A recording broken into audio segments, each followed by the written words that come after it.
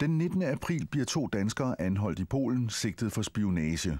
De tilstår for åben skærm på polsk tv.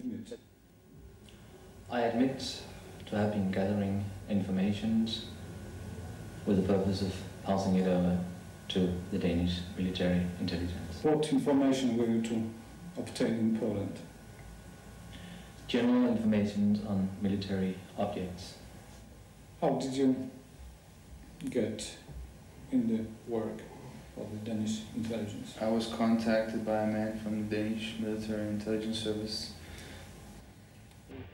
Den danske regering afviser at kende til spionerne og kalder de 2 for uheldige turister.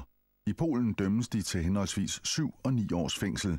Efter et halvt år bliver de løsladt mod kaution og sendt hjem til Danmark. Sagen udvikler sig til et politisk drama. Venstrefløjen vil have regeringen til at indrømme, at der taler om spioner udsendt af den danske efterretningstjeneste.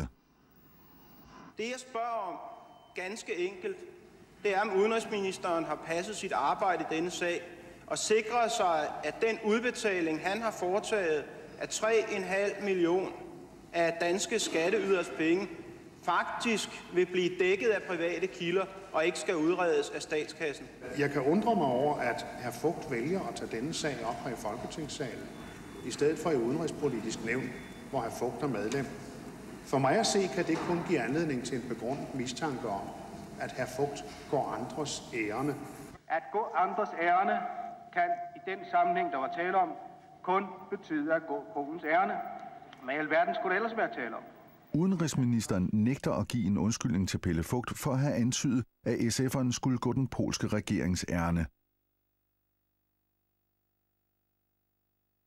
Den danske stat betaler 3,5 millioner kroner for at få de 2 danskere hjem, men påtager sig aldrig officielt ansvaret for de 2 spioners handlinger.